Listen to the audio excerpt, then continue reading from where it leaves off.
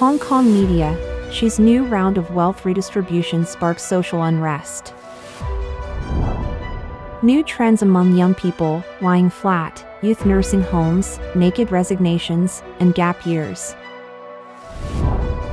Mainland China's three staples for the poor all see price hikes. Little girl sings to raise funds for her grandmother, city officials seize microphone, public outraged. Saline solution used as fake vaccine, clinic employee arrested. Taiwanese businessman worth billions dies suspiciously before withdrawing investment from China. It's all covered in today's China Truths. Hong Kong media, Xi's new round of wealth redistribution sparks social unrest. Due to the rapid decline of China's economy, it has been reported that small banks in China are experiencing an unprecedented crisis. As of June 21st, at least 40 small rural banks have been absorbed or dissolved in the span of 7 days. Social media has been flooded with reports of bank runs at Changchun Bank, with large crowds gathering at the bank's entrance. Today, it was reported that Jiangxi Bank experienced a run, with numerous depositors gathering to protest at the bank's entrance. It is known that at least 337 banks have been listed as high-risk institutions by the CCP. Amid the visible collapse of banks, the decline of various industries, and the surge in unemployment rates, Hong Kong media recently reported that Xi Jinping's latest measure, a new round of wealth redistribution, has arrived. On July 4th, the South China Morning Post cited sources revealing that China will set an annual salary cap for the financial industry. According to the report, the annual salary cap of 3 million yuan, about $413,000, will apply to all state-owned financial institutions. The sources stated that the salary cap would apply to all state-backed brokerage firms, mutual fund companies, and banks, but not to financial institutions supported by private investors, adding that this information was not intended to be made public. The sources indicated that this means those who earned more than 3 million yuan, about $413,000, annually in the past few years might have to return the excess money to their companies. The report mentioned that this move is the latest measure taken to align with Xi Jinping's initiative for common prosperity. Currently, not only is the entire Chinese banking industry in turmoil, but the financial state of the CCP is so dire that even the urban management departments in various locations have disappeared. Following the announcement by Beihai City in Guangxi Province last month to abolish the Comprehensive Administrative Law Enforcement Bureau, governments in Chifeng City in Inner Mongolia, Ganja District in Zhangye City, Gansu Province, and other places have recently adjusted their structures, with other units taking over the original urban management responsibilities. Moreover, according to Voice of America, China's unemployment rate is rising, and 2024 Chinese university graduates are now entering the job market, facing widespread immediate unemployment across the country. Experts warn that if the unemployment issue continues to worsen, social unrest is likely only a matter of time. Official data shows that the number of university graduates in China in 2024 reached 11.79 million, a new historical record. The recent 2024 College Graduates Employment Research Report from the Xiaoping recruitment platform indicates that more than half of the 2024 university graduates have not secured jobs. Various measures taken by the Chinese government, from central to local levels, highlight the urgency of the university graduate employment situation. Graduate employment in China is not only a livelihood issue but also a political one. Historical experience shows that a continuous surge in the unemployed population will inevitably lead to social unrest. New trends among young people, lying flat, youth nursing homes, naked resignations, and gap years. According to American media reports, China's economic outlook is bleak, and with intense job competition and severe involution, young Chinese people are embracing new trends such as youth nursing homes, naked resignations, and gap years. Voice of America reported on July 7th that youth nursing homes are popping up all over China like mushrooms after rain. These homes allow young people to briefly escape, relax, recharge, and heal mentally and physically. A nursing home in Hunan, aimed at women in their 20s who quit their jobs and moved to the mountains, is planning to open a second and third location in Zhengzhou and Lanzhou. Even before officially opening, they have attracted thousands of inquiries.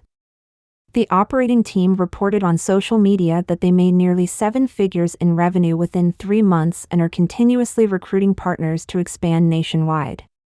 In the suburbs of Suzhou, another youth nursing home is preparing to open, offering a weekly stay for 500 yuan, about $70. These homes are disguised as traditional nursing homes but are designed to help young people escape the pressures of life and work temporarily. David Su, founder of IMC Talent, a headhunting company in Hong Kong, analyzed that the rise of youth nursing homes reflects the negative employment situation of Chinese youth. The economic downturn, which dims hopes for short-term promotions and salary increases, is prompting young people to seek escape. As youth nursing homes flourish, naked resignations and gap years are also becoming popular among Chinese millennials and Generation Z. According to Business Insider, discussions about naked resignations, meaning quitting without a backup plan, are very heated on Chinese social media. For example, a 28-year-old user posted on Weibo on July 5 under a pseudonym that he quit his job immediately after a raise, without a backup plan, because he wanted to take a break for a while.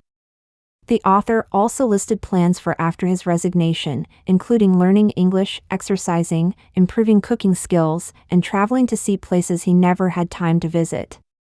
He wrote, "I don't know if my life will be better after naked resignation. But I think if I stay the same, things I didn't dare to do at 28 will become things I absolutely won't try when I'm old. Life is short, and there's no better time than now."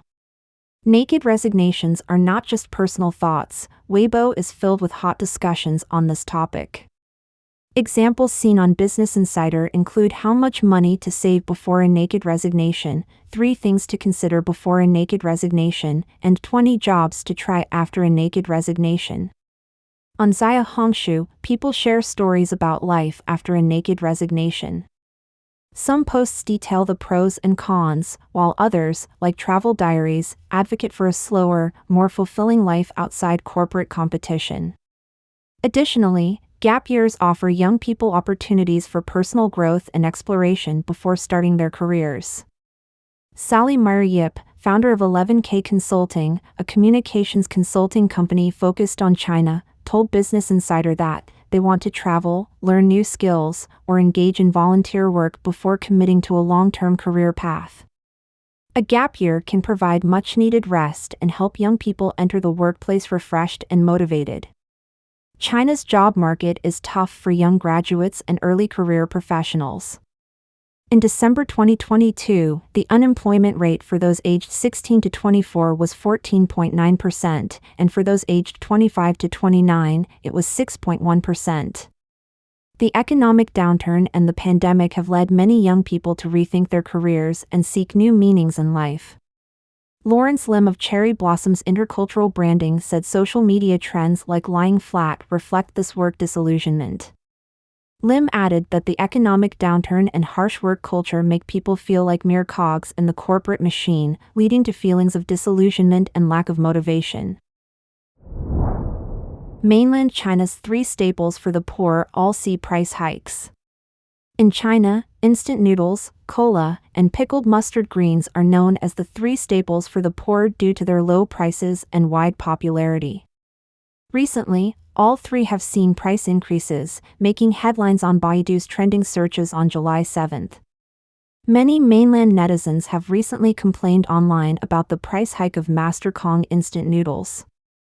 On July 5, a customer service representative from Master Kong's e-commerce flagship store confirmed to Southern Metropolis Daily that the prices of all flavors in Master Kong's classic series of instant noodles have increased. According to customer service, the original price of many classic series instant noodles from Master Kong was about 4.2 yuan, about 60 cents, per tub. After the price adjustment, it is now 4.57 yuan, about 63 cents. A wholesale dealer in Guangzhou revealed that as early as May this year, Master Kong had informed them of the impending price increase. Following the price increase, Master Kong raised the suggested retail price of bagged noodles to 3 yuan, about 41 cents, and tub noodles to 5 yuan, about 70 cents. Just 2 years ago, the price of bagged noodles was still 2.5 yuan, about 35 cents. Additionally, pickled mustard greens, known as the partner of instant noodles, have also seen a price hike. A 70-gram pack of Wuzhou pickled mustard greens, commonly found in small supermarkets, sold for 0.5 yuan, about 7 cents, in 2008, and now sells for 3 yuan, around 41 cents. Cola, which is also very popular, has increased in price as well. According to Daily People, over 2 months ago, many retailers in mainland China received a price adjustment notice from Swire Coca-Cola, showing increased suggested retail prices for several products. The price of a 300 ml bottle of cola increased from 2 yuan to 2.5 yuan, about 28 cents to 34 cents, and a 500 ml bottle from 3 yuan to 3.5 yuan, about 41 cents to 48 cents. Manufacturers attribute the price hikes primarily to rising costs.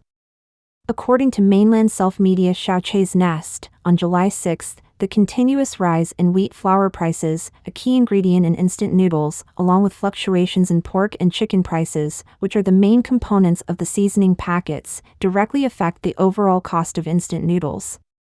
The main ingredient for pickled mustard greens, mustard cabbage, and raw materials for cola, such as sugar, are also facing price increases. Additionally, global supply chain tensions, rising energy prices, and increased logistics costs, from farms to factories to supermarket shelves, contribute to higher final product prices. In response to the price hikes of the 3 staples for the poor, Daily People commented that while many industries are lowering prices, the 3 staples for the poor are becoming more expensive. Netizens remarked, "It's because there are more and more poor people."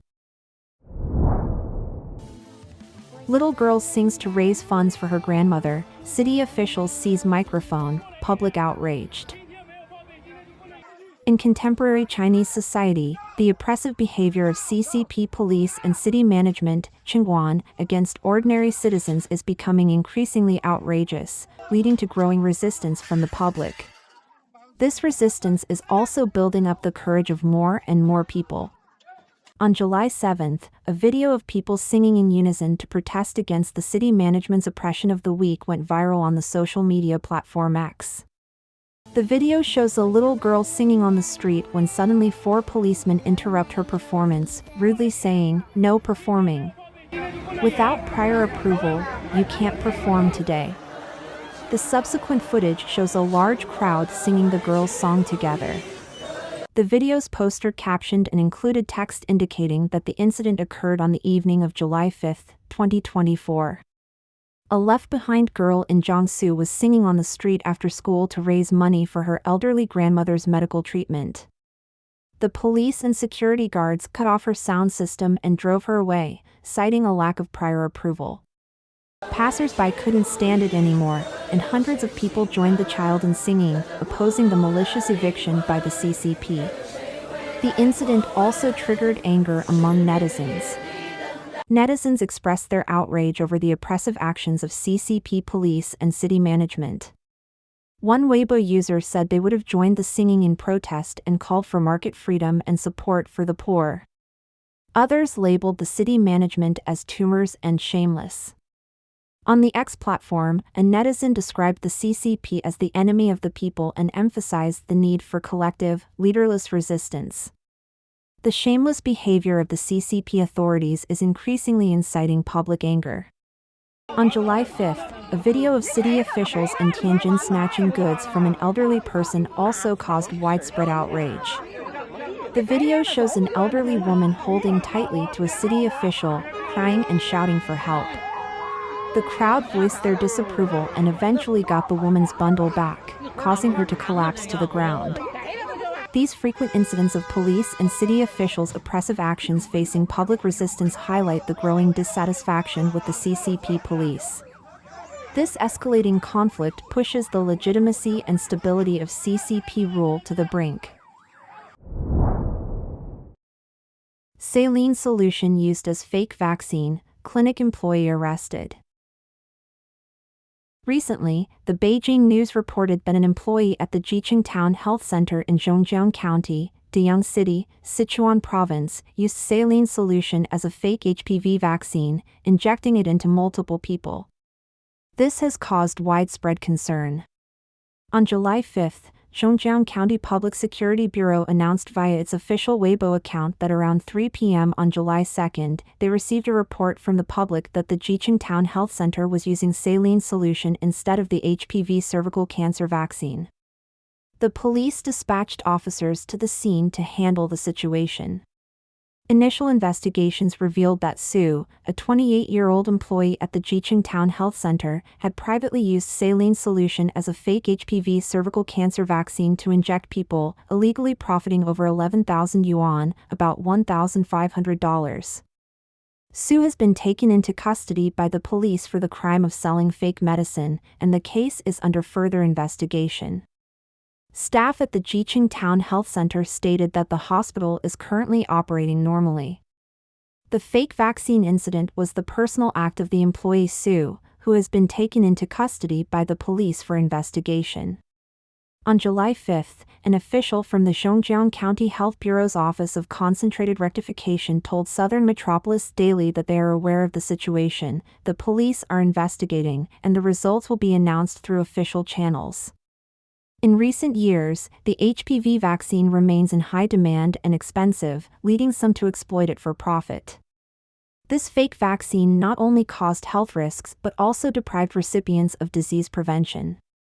The health center claimed the employee acted alone, but medical worker Luo Xihua argued that the institution must also be held accountable. The vaccine administration law requires management to be disciplined for failures leading to illegal actions. The repeated administration of fake vaccines by an unqualified person indicates significant management issues. It suggests serious loopholes in the vaccine administration process. While the employee deserves punishment, it's likely she didn't act alone. Investigations are needed to determine if there were accomplices or if the health center was aware or indirectly involved. Luo emphasizes the need for strict vaccine regulation. Only by thoroughly investigating and punishing illegal behavior can similar incidents be prevented in the future. Taiwanese businessman worth billions dies suspiciously before withdrawing investment from China. Mr. Liu Hongjie, a Taiwanese businessman and curator of the Sichuan Chengdu Ebony Art Museum, died unexpectedly last month after returning to China. He had recently mentioned difficulties in transferring his assets back to Taiwan. His body was quickly cremated, and his sister in Taiwan received only a cremation certificate, raising many questions. Mr. Liu Hongjie founded the Sichuan Chengdu Ebony Art Museum in 2000, dedicating his life to it. The museum, a major research center for ebony culture, houses thousands of valuable pieces. According to Taiwan CTS News, Liu had built a successful ebony business in Chengdu over 30 years. He wanted to transfer his substantial assets back to Taiwan after his son's death but faced obstacles, allegedly from the CCP government. In May, Mr. Liu returned to China to collect payments. On June 21, he was reported dead, allegedly crushed by ebony during a hanging process. His body was cremated within 3 days, and his family, who rushed to collect his ashes, received no death certificate. Mr. Liu Hongjie's cousin, Liu Wenxin, a counselor in Taiwan's Pingdong County, expressed suspicion about his sudden death, noting his eagerness to bring his assets back to Taiwan. Liu's second brother, Liu Shimeng, also questioned the sudden death, especially since Mr. Liu Hongjie's son had similarly died under unclear circumstances in China. Recently, Mr. Liu's friends and family brought his ashes back to Taiwan, but his extensive ebony collection remains in China, likely to be confiscated by the CCP government. The family is deeply grieved by the loss of both father and son. Taiwan's Liberty Times reported that Liu had recently mentioned that his role as curator was in jeopardy because he was Taiwanese, causing him great stress. On the morning of his death, he declared his intention to bring an ebony art piece back to Taiwan, but by the afternoon, he had died unexpectedly. Coincidentally, the next day, the CCP announced that he could retain his curator position, raising further suspicions. A few years ago, Liu tried to sell the museum for about 800 million yuan, about $110 million, but the deal fell through. With the growing collection, the museum's value has increased even further.